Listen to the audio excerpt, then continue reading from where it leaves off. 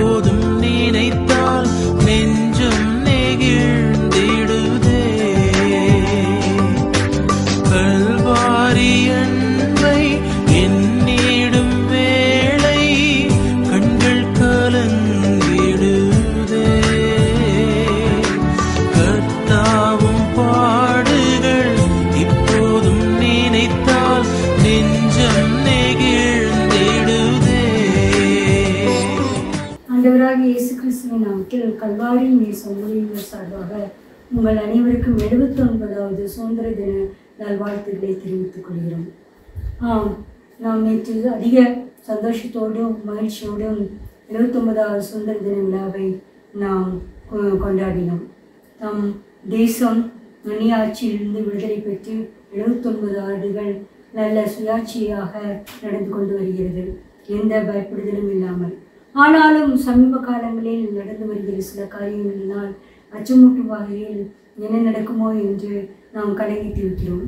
ஆனால் நம் தேசத்துக்காக தேவன் கொடுத்த வாக்குத்தத்தம் யோவேல் 2:21, தேசமே பயப்படாதே, மகிழ்ந்து களிக்கூறு, கர்த்தர் பெரிய காரியங்களை செய்வார். பிரியமானவர்களே, நாம் தேசத்திற்கு விரோதமாக ஏராளமான காரியங்கள் வந்திருந்தாலும் கூட நாம் பயப்படக்கூடாது என்று தேவன் கூறுகிறார். பெரிய காரியங்களை செய்வார். ஏன்னால் இதுவரைக்கும் ஆண்டவர் நமக்கு அநேக காரியங்களையும் திட்டங்களையும் கொடுத்து இந்த தேசம் மறுபடியும் ஒரு எந்தவித கலவரத்துக்குள்ளாக வராதபடி தேவன் நம்மை பாதுகாத்து வருகிறார். அதுவே ஒரு பெரிய காரியம்தான்.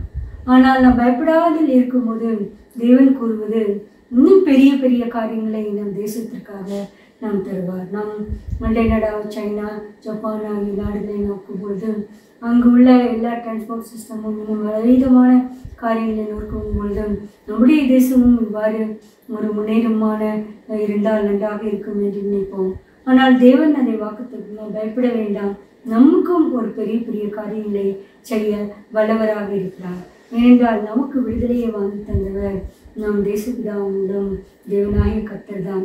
ஏனென்றால் இந்திய தேசம் மட்டும்தான் அகிம்ச வழியில் போராடி சுதந்திரத்தை கண்டது. மற்ற தேசங்களெல்லாம் கத்தி எடுத்து ரத்தம் சிந்தி அவர்கள் வாங்கினார்களா என்பதெல்லாம் ஒரு சந்தேகத்துக்குரியதாக தான் இருக்கிறது. இன்றும் கூட நாங்கள் நோக்கும் பொழுது ரஷ்யா யுக்ரைன் வாழ்க்கை கிட்டத்தட்ட 2 வருடங்களுக்கு மேலாக நடந்து கொண்டே தான் இருக்கிறது. இஸ்ரேல் காசா வாரும் முடிந்த பாடில்லை. ஆகையால் யாரெல்லாம் வெப்பன்ஸ் அடிக்கிறார்களோ அவர்களுக்கு இதுவரைக்கும் ஒரு சமாதானம் கிடைத்திருக்கிறதா என்று சிந்திக்க வேண்டியதாக இருக்கிறது. ஆனால் நம்முடைய ஆண்டவர் நம் தேசப்பிதா காந்தியடிகள் மூலமாகவும் பல்வேறு தலைவர்கள் மூலமாகவும் நமக்கு கத்தியின்றி ரத்தமின்றி அகிம்சையின் மூலமாக இந்த சுதந்திரத்தை வாங்கி கொடுத்த தயவுக்காக நாம் தேவனை கொண்டாட கிருபை பெற்றுள்ளோம். அதுதான் தேசமே பயப்படாதே, மகிழ்ந்து களிக்கூறு. இது ஒரு மகிழ்ச்சியின் தினமாக நாம் கொண்டாட அவசியமாக இருக்கிறது. தேவன் பெரிய காரியங்களை செய்ய வல்லவராக இருக்கிறார். நாம் 126ஆம் சங்கீதத்தை பார்த்தீர்கள் என்றால் 126ஆம் சங்கீதம் அது ஒரு சிறையிருப்பின் சங்கீதம். எவ்வாறெல்லாம் சிறையிருப்பு கிடைக்குமா, சுதந்திரம் கிடைக்குமா கிடைக்காதா என்று அநேகர் இருளான காலகட்டங்களில் தவிக்கும் பொழுது தேவன் நமக்கு ஒரு விடுதலையை வாங்கி தந்தார். அது அப்படியே நாம் வாசிக்கும் பொழுது நம் இந்திய தேசத்துக்கு பொருந்துவது போல் இருக்கிறது. சங்கீதம் 126:1, சியோனின் சிறையிருப்பை கர்த்தர் திருப்பும் போது நாம் சொப்பனம் காண்கிறவள் போல் இருந்தோம். அப்பொழுது நம்முடைய வாய் நகைப்பினாலும் நம்முடைய நாவு ஆனந்த சத்தத்தினால நிறைந்திருந்தது. அப்பொழுது கர்த்தர் இவர்களுக்கு பெரிய காரியங்களை செய்தார் என்று புறஜாதிகளுக்குள்ளே சொல்லிக் கொண்டார்கள். கர்த்தர் நமக்கு பெரிய காரியங்களை செய்தார், இது நிமித்தம் நாம் மகிழ்ந்திருக்கிறோம். பிரியமானவர்களே, நாம் இந்த சிறையிருப்பிலிருந்து திருப்பப்படும் பொழுது ஒரு சொப்பனம் காண்கிறது போல்தான் இருந்தது. இருந்தால் எத்தனையோ கால வருடங்களாக எவ்வளவோ பேர் போராடி நமக்கு பெற்றுத்தந்த சுதந்திரம், அது சுதந்திரம் கிடைக்கும் பொழுது அது ஒரு சொப்பனம் காண்கிறவர்கள் போல்தான் இருந்தோம். அந்த சுதந்திரம் கிடைத்த பொழுது அந்த சுதந்திரத்தை பாடுபட்டவர்களும் அப்பொழுதிருந்த மக்களும் அதிக ஆனந்த தைலத்தினாலும் சந்தோஷத்தினாலும் நிறைந்திருந்தார்கள். எங்கு பார்த்தாலும் ஒரே கொண்டாட்டம் தான். ஆகையால் நாம் அந்த காலத்துக்கு கிட்டத்தட்ட 85-90 வயது உடையவர்களை நீங்கள் விசாரித்தீர்கள் என்றால் அவர்கள் சொல்வார்கள், சுதந்திர தின நேரத்தில் முதலாம் சுதந்திர தினத்தில் இப்படி நடந்தது அப்படி நடந்தது கதையாக கூறுவார்கள். அவர்கள் ஜி.கே. பட்டம்மாள் அவர்கள் கூட முதலாக அந்த சுதந்திரம் கிடைத்த பொழுது இந்த சுதந்திரம் கிடைத்து விட்டது என்று ஒரு பாடலை பாடினார்கள். இன்றும் கூட இந்த பாடல் தொழித்து கொண்டேதான் இருக்கிறது. ஆகையால் நாம் சியோனின் சிறையிருப்பை திருத்தும் பொழுது சொப்பனம் காண்கிறது போல் இருந்தோம். நம்முடைய நாவு நகைப்பினாலும் நம்முடைய வாய் உணர்ந்த தெளிப்பினாலும் நிறைந்திருந்தது. கர்த்தர் பெரிய காரியங்களை செய்தார் என்று புறஜாதிகளுக்குள்ளே சொல்லிக் கொண்டார்கள். நீங்கள் அடுத்த வசனத்தில் நீங்கள் பார்த்தீர்களா, ஆண்டவரே தெற்கத்தி பிள்ளைங்களை திருப்புவது போல எங்கள் சிறையிருப்பை திருப்பும். நீங்கள் பார்த்தீர்கள் என்றால் எல்லா மலை முகடுகளும் வடபுறத்தில் இருக்கும். எல்லா நாடுகளின் தென்புற எல்லை ஒரு கடலாக தான் இருக்கும். ஆகையால் ஆறுகள் வடபுறத்தில் தோன்றினாலும் கிழக்கில் மேற்கில் தோன்றினாலும் அது தெற்கு நோக்கி தான் கடலை நோக்கி ஓடி வரும். அப்பொழுது வெள்ளப்பெருக்கு அடுத்தான காலங்களில் அதிகமான வெள்ளம் இருக்கும். அந்த வெள்ளத்தை திருப்புவது என்பது வெறும் கடினம். ஆனால் வசனம் சொல்லுகிறது, ஆண்டவரை தெற்கத்தி வெள்ளங்களை திருப்புவது போல எங்கள் சிறையிருப்பை திருப்பும் என்று. பிரியமானவர்களே, அந்த அதிகமான பிரவாகித்து ஓடிவிட வெள்ளத்தை ஆண்டவரால் தான் நமக்கு திருப்ப முடியும். ஆண்டவர் தான் சிறையிருப்பை திருப்ப முடியும். ஆனால் அதை கேட்டுக்கொண்டிருக்கிற பிரியமானவர்கள், நீங்களும் கூட ஏதாவது சிறையிருப்பு போன்ற ஒரு கடன் தொல்லையோ கஷ்டமோ நீண்ட காலம் ஒரு நிறைவேறாத மன்றாட்டோ இன்னும் தொல்லை கஷ்டங்கள் அதிகமாக இருக்கிறதோ நிர்பயங்கள் பயங்கள் விசாரங்கள் என்று போன்ற திரைப்புள் நீங்கள் இருக்கிறீர்களோ கவலை வேண்டாம். இந்த 126ஆம் சங்கீதத்தை அடிக்கடி படித்து ஆண்டவரே எங்கள் சிறையிருப்பை திருப்பும், தெற்கத்தி வெள்ளத்தை திருப்பது போல எங்கள் சிறையிருப்பை திருப்பும் என்று நீங்கள் ஜெபித்து கேட்டு பாருங்கள். நிச்சயமாகவே ஆண்டவர் நம்முடைய சிறையிருப்பை திருப்ப வல்லவராக இருக்கிறார். அப்பொழுது நாமும் கூட நம்முடைய காரியங்கள் எல்லாம் பெரிய காரியங்களை செய்தார் என்று புறஜாதிகளுக்குள்ளே சொல்லிக் கொள்வார்கள். பிரியமானவர்களே, இன்றும் கூட தேசத்திற்கு மட்டுமல்ல நம்முடைய வாழ்க்கையிலும் பெரிய பெரிய காரியங்களை தேவன் செய்ய வல்லவராக இருக்கிறார். நாம் பெரிய காரியங்கள் என்று நினைத்திருக்கும் பொழுது நமது எண்ணிக்கைக்கு அப்பாற்பட்டது, நம்முடைய நினைவுக்கு அப்பாற்பட்டது. இதனால் செய்ய முடியுமா கூடாதா, நடக்குமா நடக்காதா என்றெல்லாம் ஏங்கி தவிக்கிற காரியங்களை எல்லாம் தேவன் செய்ய வல்லவராக இருப்பார். நீங்கள் தாவீது ராஜாவின் காலத்தில் சவுல் இவ்வாறு தாவீதை ஆசீர்வதிக்கிறார். 1 சாமுவேல் 26:25. அப்பொழுது சவுல் தாவீதை நோக்கி, என் குமாரனாகிய தாவீதே, நீ ஆசீர்வதிக்கப்பட்டவன், நீ பெரிய காரியங்களை செய்வாய், மேன்மேலும் பலப்படுவாய் என்றான். சவுலும் தன் ஸ்தானத்திற்கு திரும்பி போனான். பிரியமானவர்களே, இங்கு தாவீது ராஜா சவுல் ராஜாவின் மேல் தாவீது அபிஷேகம் பண்ணப்பட்ட போதும் கூட தாவீது ராஜாவின் காலம் முடியும் வரைக்கும் அவருக்கு விரோதமாக எந்த காரியங்களும் செய்ய துணியாமல் இருந்தார். அவருக்கு பலம் இருந்தது, சக்தி இருந்தது, ஆழ்பலம் இருந்தது. ஆனாலும் தேவனுக்கு பயந்திருந்தார். சத்துருக்களையும் மதிக்க, சத்துருக்களையும் சிநேகிக்க, சத்துருக்கள் பதவியில் இருந்தால் கூட அவர்களை மதிக்க கற்றுக்கொள்ள வேண்டும் என்று அவர் நினைத்து அநேக காரியங்களை செய்தபடியினால் அவர் சவுலே இவரை ஆசீர்வதிக்கிறார். தாவீதே, நீ மேன்மேலும் பலப்படுவாய், ஆசீர்வதிக்கப்பட்டவன், பெரிய காரியங்களை செய்வாய். பிரியமானவர்கள், நம்முடைய வாழ்க்கையிலும் கூட நமக்கு பிரியமில்லாதவர்கள், வெறுக்கப்படத்தக்கவர்கள் பதவியில் நமக்கு மேல் இருந்தால் நாம் அதுக்கு அவர்களுக்கு கீழ்ப்படியாமல் காண்பிக்கவே கூடாது. நாம் தாழ்ந்து, ஏனென்றால் எல்லா பதவியிலும் தேவனால் கொடுக்கப்படுகிறதாக இருக்கிறது.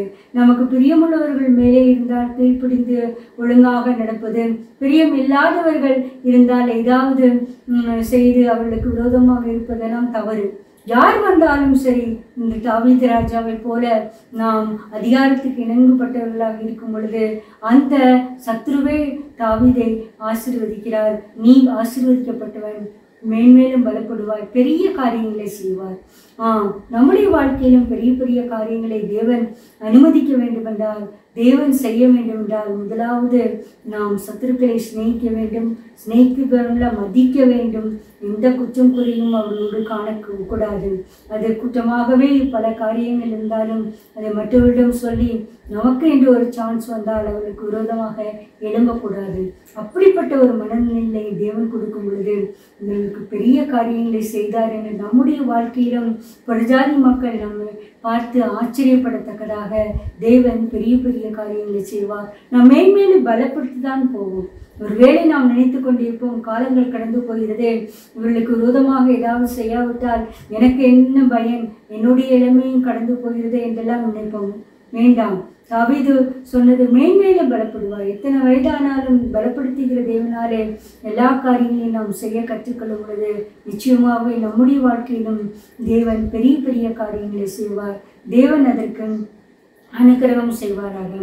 அடுத்ததாக பிதாவாகிய தேவன் தாவீது ராஜா ஒரு ஆலயத்தை தேவனுக்கு கட்ட வேண்டும் என்று இருந்தார். அதற்கு ஏராளமான பொருள் சபதரித்திருந்தார். நாத்தான் தீர்க்கதரிசியார் நாத்தானிடம் கூட சொல்கிறார், பார், நான் ஒரு பெரிய அரண்மனையில் இருக்கிறேன், இந்த கர்த்தர் திரைமறைவில் இருக்கிறாரே என்று ஒரு அங்கலாய்ப்பு கொண்டிருந்தார்.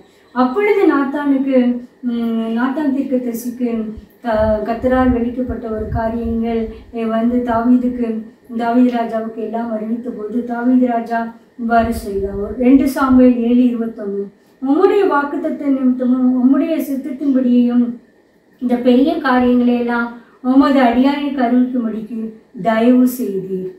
பிரியமானவர்களே, நம்முடைய வாழ்க்கையிலும் நாம் தேவனுடைய காரியங்களுக்கு அதிக நாட்டம் காட்டும் பொழுது, தேவனுடைய ராஜ்யத்தின் காரியங்களுக்காக நாம் முன்னேற்பாடாக துணிந்து நிற்கும் பொழுது, ஆலயமே பிரதானம், ஆலயத்துக்கு ஏதாவது செய்ய வேண்டும், எந்த காரியம் செய்தால் நன்றாக இருக்கும், நாம் சக்திக்கு மீறி நாம் செய்யும் பொழுது நிச்சயமாகவே தேவன் நம்முடைய வாழ்க்கையிலும் என் பின்னாடி நடக்கப் போகிற எல்லா காரியங்களையும், நம்மால் செய்யக்கூடாத காரியங்களை கூட நம்முடைய சந்ததியின் மூலமாக செய்ய வல்லவராக இருக்கிறார். இதை தான் தாவீது ராஜாவுக்கு கர்த்தர் உணர்த்தினார். ஏனால் அவருக்கு தாவீது ராஜாவுக்கு எப்பொழுதும் ஆலய பிரகாரங்கள், ஆலயம், வாஞ்சை, கவனம் எல்லா காரியத்தையும் தேவனிடம் சொல்லி எல்லாம் பெற்றுக்கொண்டார். ஆகையால் அவருக்கும் தான் ஒரு மாளிகையில் இருக்கிறேனே, தேவனும் இதைவிட ஒரு பெரிய மாளிகையில் உட்கார வைக்க வேண்டும் என்று அதிக வாஞ்சை கொண்டார். ஆனால் அந்த வாஞ்சையை தேவன் அவருடைய சந்ததி சாலமோன் ராஜா மூலம் நிறைவேற்றணும். மேலும் ஏராளமான வாக்குத்தத்தங்களை அவரை பற்றியும் சொன்ன பொழுது தாவீது ராஜாவுக்கு மிகவும் தாழ்த்தி, ஆண்டவரே, நான் எம்மாத்திரம், என் வீடு எம்மாத்திரம், நான் கருவலாடுகளின் பின்னாக தெரிந்த உன்னை ராஜாவாக ஏற்படுத்தினேன் என்று ஆண்டவர் சொன்ன பொழுது இவ்வாறு தான் தன்னை தாழ்த்தினார். பிரியமானவர்களை, நாமும் கர்த்தருக்கு முன்பாக அதிகமாக தாழ்மைப்படும் பொழுது, தேவனுடைய ராஜ்யத்துக்கு அடித்த காரியங்களை நாம் அதிகமாக நேசிக்கும் பொழுது நிச்சயமாகவே நம்முடைய சந்ததியார் மூலமும், நம் மூலமாக மாத்திரமல்ல, நம்முடைய சந்ததியார் மூலமும் பெரிய பெரிய காரியங்களை தேவன் செய்ய வாக்குத்தத்தம் பண்ணியிருக்கிறார். ஐயா, நாம் ஒரு ஆசீர்வதிக்கப்பட்ட சந்ததி என்று நாம் முதலாவது கர்த்தரிடத்தில் நினைவு கூறும் பொழுது மட்டும்தான் நாம் பயப்படாமல் தேவன் பெரிய காரியங்களை செய்தார் என்று புறஜாதிகளுக்குள் நம்மை பற்றியும் சொல்லுவார்கள். தேவன் அதற்கு கிருபை செய்வாராக. அடுத்ததாக பார்க்கும் பொழுது யோபு புஸ்தகத்தில் பார்க்கும் பொழுது யோபு 5:9, ஆராய்ந்து முடியாத பெரிய காரியங்களையும் எண்ணி முடியாத அதிசயங்களையும் அவர் செய்கிறார். இந்த வார்த்தை எப்பொழுது யோபுக்கு வந்தது என்றால், அவர் அதிகமாக எல்லாவற்றையும் இழந்து, தன் உடல் சுகத்தையும் இழந்து பருக்களால் வாதிக்கும் பொழுதுதான் கர்த்தரை பற்றி நினைவு கூறுகிறார். ஆராய்ந்து முடியாத பெரிய காரியங்களையும் எண்ணி முடியாத அதிசயங்களையும் செய்கிறார். எப்பொழுது? அவர் எல்லாவற்றையும் இழந்து இருக்கும் பொழுது, எப்பொழுது அவர் சுகத்தை இழந்திருக்கும் பொழுது. இன்னும் தேவனுடைய வல்லமையை அவர் மட்டுப்படுத்தவே இல்லை. நாம் அநேக காரியங்களில் நாம் அதிகமாக சுமீனப்பட்டு நமக்கு அதிகமான துன்பங்கள் வரும் பொழுது தேவனுடைய வல்லமையை தான் நாம் மட்டுப்படுத்தி விடுவோம். ஆண்டவர் இன்னும் எனக்கு ஒன்றும் செய்ய முடியாதோ, இந்த காரியத்தில் அவர் வலிமையப்பட்டு போய்விட்டாரோ, செய்யக்கூடாதோ என்றெல்லாம் அதிகமாக கலங்கி தவிக்கிறோம். ஆனால் கலங்கி தவிக்க வேண்டாம். ஏனென்றால் பக்தனாகி யோபும் கூட தன் துன்ப காலத்தில் தான் இவ்வாறு கூறுகிறார், ஆராய்ந்து முடியாத பெரிய காரியங்களையும் எண்ணி முடியாத அதிசயங்களையும் அவர் செய்கிறார்.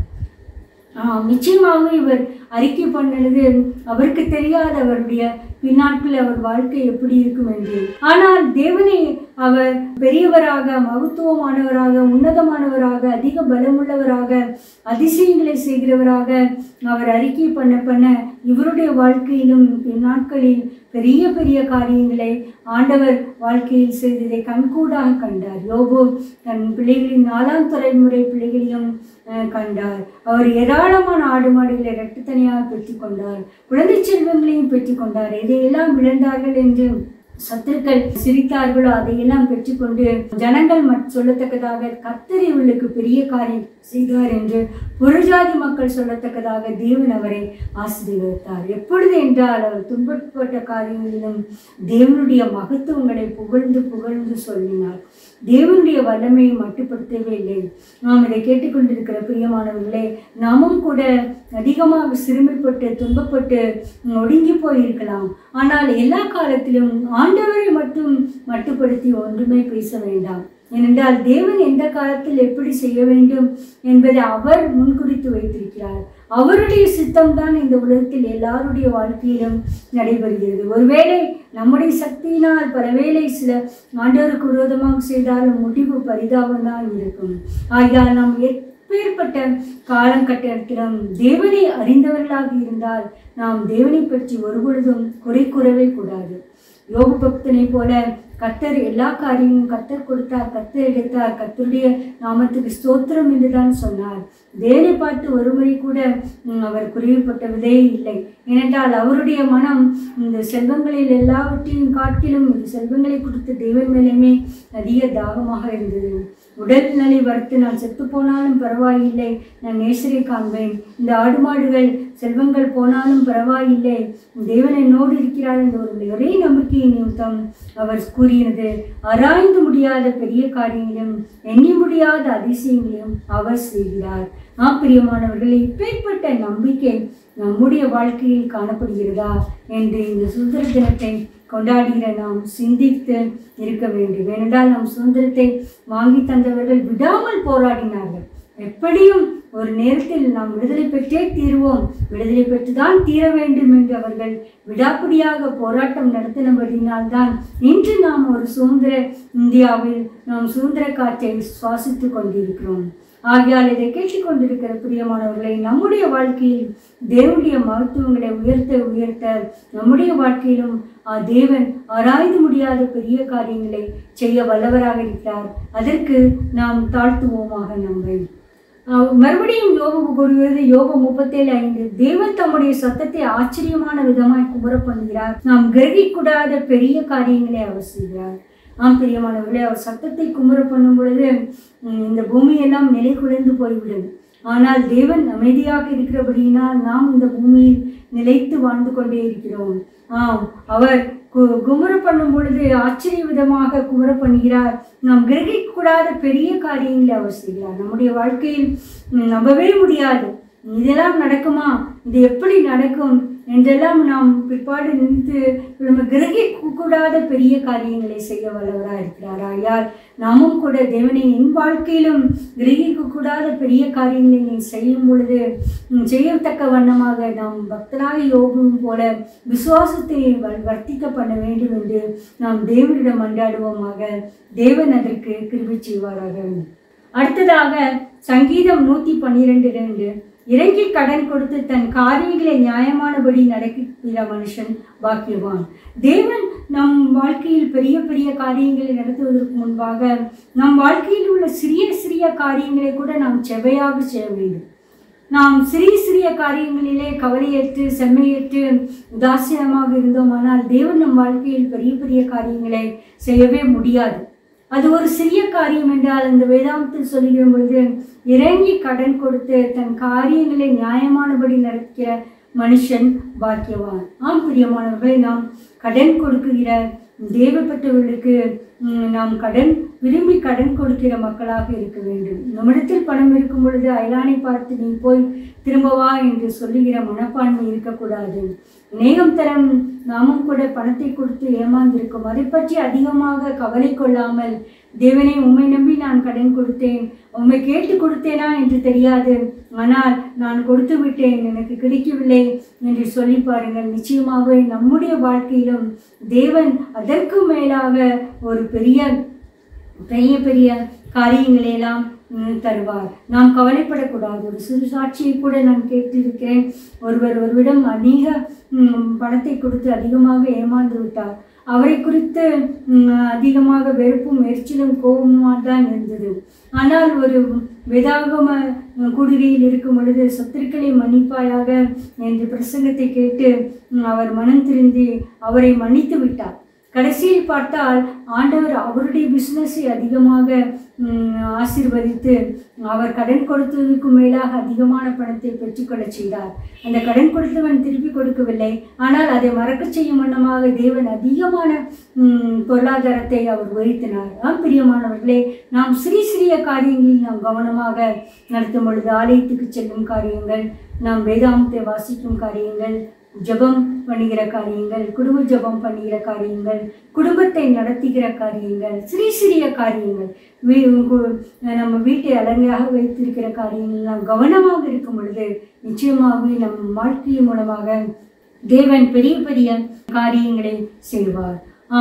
அடுத்ததாக நாம் நம்முடைய தேவனுடைய காரியங்களை நாம் பார்க்கும் பொழுது ஏசாயா 64:3, நாங்கள் எதிர்பார்த்திராத பயங்கரமான காரியங்கள் நீங்கள் செய்த பொழுது நீர் இறங்கினீர், உமது சந்நிதியில் பர்வதங்கள் உருகி போயின. தேவனுடைய சந்நிதியில் பர்வதங்கள் உருகி போயின. பர்வதங்கள் என்பது பெருக்கக்கூடாத ஒரு காரியம், செய்ய முடியாத ஒரு காரியம். ஆனால் தேவனுடைய சந்நிதியில் நாம் எல்லா பிரச்சனைகளையும் கொண்டு பொழுது இந்த பர்வதங்கள் உருகும் போல நம்முடைய பிரச்சனைகளை எல்லாம் உருகி போய்விடும். இந்த காரியம் நடக்குமா, நடக்காதா, நடக்கவே கூடாது என்றெல்லாம் நாம் நினைத்து கொண்டிருக்கும் பொழுது தேவனுடைய சந்நிதியில் பர்வதங்கள் உருகி போயிடும். பிரியமானவர்கள், நம்முடைய தேவனுடைய சந்நிதிக்கு முன்பாக எந்த காரியமும் நிலை நிற்கக்கூடாது. நீ பயங்கரமான காரியங்களை செய்து போது நம்முடைய தேவன் பயங்கரமான காரியங்களை செய்ய வல்லவராக இருக்கிறார். எசேக்கியா ராஜா இராணுவம், சிரிய இராணுவம் அவருக்கு விரோதமாக சிரியா ராஜா கொக்கரித்த பொழுது எசேக்கியா ராஜாவினால் பயந்து தேவனிடம் முறையிடுவதை தவிர வேறு ஒன்றுமே இல்லை. அவர் தேவனிடம் சென்று இவ்வாறு கூறினார், தேவனே, அவர்கள் எல்லாம் மற்ற ராஜ்யங்களை வென்றது உண்மைதான், ஆனால் நீதான் அண்டர சராசரிகளை ஆளுகிறவர் தாமே என்று கூறிக்கொண்டே இருக்கும் பொழுது அந்த அசிரிய இராணுவ பலம் எல்லாம் தேவனுடைய சமூகத்துக்கு முன்பாக பெரிய பர்வதம் உருகி போனது போல் உருகி போய்விட்டது. பயங்கரமான காரியங்களை செய்திருந்தால் நீதியுள்ள உத்தரவு அள்ளுகிறீர். ஒரு தூதன் 1,85,000 பேரை அப்படியே ஒரே இரவில் சங்கரித்து போட்டான். சனகரிப்பு ராஜா கூட சத்தமுகமாக திரும்பி போன பொழுது அவனும் அவனுடைய குமாரனாலே வெட்டப்பட்டு வீழ்ந்து போனார். பிரியமானவர்களே, இதுதான் நாங்கள் எதிர்பார்த்திராத பயங்கரமான காரியங்களை நீ செய்த போது நீர் இறங்கினீர், உமது சந்நிதியில் பர்வதங்கள் உருகி போயினர். தேவன் இந்த சுதந்திர தின கொண்டாட்டங்களில் நம்மை இறங்கத்தக்கதாக, நம்மை ஆசீர்வதிக்கத்தக்கதாக எல்லா காரியங்களும் எசேக்கியா ராஜாவை போல் நாம் தேவனிடம் போடும் பொழுது முடியாது என்ற காரியங்கள் நாம் தேவனுடைய காரியங்கள் சந்நிதியில் உருகி போய்விடும். அதே போல் நம்முடைய கிரகிக்கூடாத பெரிய காரியங்களை நம் வாழ்க்கையில செய்ய வல்லவராக இருக்கிறார். அடுத்ததாக எரேமியா 33:3, என்னை நோக்கி கூப்பிடு, அப்பொழுது நான் உனக்கு உத்தரவு கொடுத்து நீ அறியாததும் உனக்கு எட்டாததுமான பெரிய காரியங்களை உனக்கு அறிவிப்பேன். நம்முடைய எதிர்காலத்தை குறித்து நாம் கலக்கமுற்று இருக்கும் பொழுது என்னென்ன காரியங்கள் நடக்குமோ நடக்காதோ, இப்படியெல்லாம் இருக்கிறது, எல்லாமே பார்க்கறதுக்கு ஒரு நெகட்டிவான தோற்றம் போல் இருக்கிறது என்று சொல்லும் பொழுது எரேமியா 33:3 ஒரு ஹெல்ப்லைன் டெலிஃபோன் போல. நாம் ஏதாவது ஆபத்து காலத்தில் நீங்கள் போலீஸை கூப்பிட வேண்டாம், உடனே 100 கூப்பிடுங்கள், 101 ஆம்புலன்ஸை கூப்பிடுங்கள் என்று சொல்லுவது போல தேவனை கூப்பிட வேண்டுமென்றால் எரேமியா 33:3 இதை மறக்கவே கூடாது. இதுதான் நம் கிறிஸ்தவர்களுக்கு, தேவனை நம்புவர்களுக்கு ஒரு ஹெல்ப்லைன், டெலிஃபோன் லைன். என்னை நோக்கி கூப்பிடு, அப்பொழுது நீ அறியாதும் எட்டாதுமான காரியங்களை உனக்கு அறிவிப்பேன். உத்தரவு கொடுத்து, சும்மா உத்தரவு கொடுக்காத தேவன் அல்ல, கூப்பிடும் பொழுது என்ன நடந்தது, ஏன் இப்படி கலங்குகிறாய் என்று ஒரு உத்தரவு கொடுக்கிற தேவனாக இருக்கிறார். உத்தரவு கொடுக்கிற தேவன் மட்டுமல்ல, உனக்கு எட்டாதும் அறியாதுமான பெரிய பெரிய காரியங்களை நான் அறிவிப்பேன் என்று கொள்கிறாராம். பிரியமானவர்களே, நாம் தேவனை நோக்கி கூப்பிடுகிறோமா? இந்த ஹெல்ப்லைனை நாம் யூஸ் பண்ணுகிறோமா? எரேமியா 33:3, தேவனை நோக்கி கூப்பிடுகிறேன், நீ கேளாதவர் போல் மௌனமாக இராதையும், நீர் எனக்கு உத்தரவு கொடும், எறையாதும் வெட்டாதுமான பெரிய காரியங்களை என் வாழ்க்கையில் செய்யும் என்று நாம் நிச்சயமாக கேட்கும்போது தேவன் நமக்கு நன்மை செய்ய வல்லவராக இருக்கிறார். ஆகையால் நாம் செய்ய வேண்டிய என்ன காரியங்கள் என்றால் சகரியா 8:16 நீங்கள் செய்ய வேண்டிய காரியங்கள் என்னவென்றால் அவனவன் பிறனோடு உண்மையை பேசுங்கள், உங்கள் வாசல்களில் சத்தியத்திற்கும் சமாதானத்துக்கும் ஏற்க நியாயம் தீருங்கள். பிரியமானவர்களே, தேவன் நம்மளுக்கு பெரிய காரியங்களை செய்ய வேண்டாம். நம்ம ஒருவனோடு ஒருவன் உண்மையை சொல்ல வேண்டும். எந்த நாளும் உண்மையை சொல்லுங்களேன், ஏன் பொய் சொல்ல வேண்டும்? பொய் சொல்வதனால் என்ன சாதிக்க போகிறோம்? தேவையற்ற காரியங்களில் வீணாக பொய் பேசி தேவனுக்கு விரோதமான கோபாக்கிரியை நாம் குவித்துக் கொள்ளக்கூடாது. வாசலில் சத்தியத்திற்கும் சமாதானத்துக்கும் ஏற்க நியாயம் தீருங்கள். நம்மால் எவ்வளவு தூரம் சத்தியத்திற்கும் சமாதானத்துக்கும் நிற்க முடியுமோ அந்த அளவுக்கு நாம் தேவனுக்காக நிற்க முடியும். இதுதான் தேவன் விரும்புகிற காரியங்கள். கடைசியாக தேவன் வெறுக்கிற காரியங்கள் சகரியா 8:17 ஒருவனை பிறனுக்கு விரோதமாக தன் இருதயத்தில் தீங்கு நினையாமலும் யானையின் மேல் பிரியப்படாமல் இருங்கள், இவைகளெல்லாம் நான் வெறுக்கிற காரியங்கள் என்று கர்த்தர் சொல்கிறார்.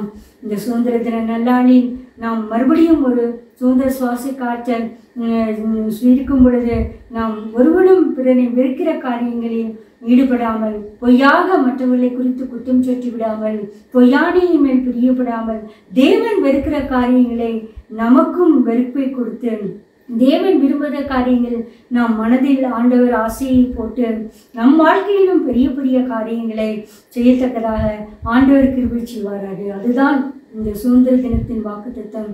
தேசமே பயப்படாதே, மகிழ்ந்து களிக்கூறு, கர்த்தர் பெரிய காரியங்களை செய்வார்.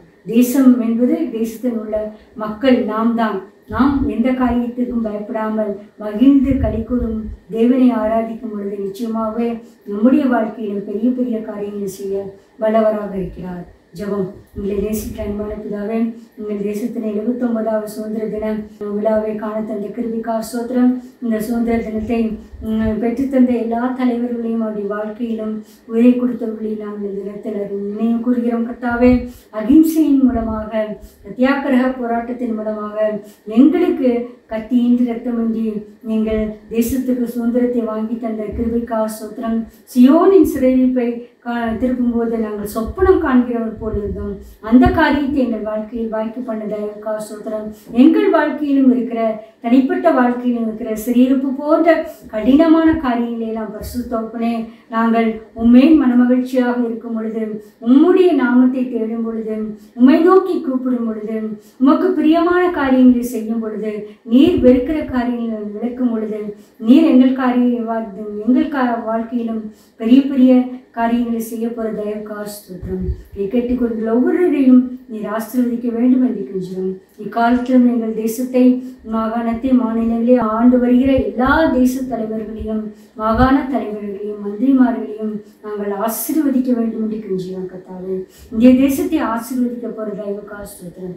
எல்லா துதி கனமையும் உமக்கு செலுத்துகிறோம். இரட்சகர் மீட்புமாய் இயேசு கிறிஸ்துவை வேண்டிக் கொள்கிறோம் பிதாவே.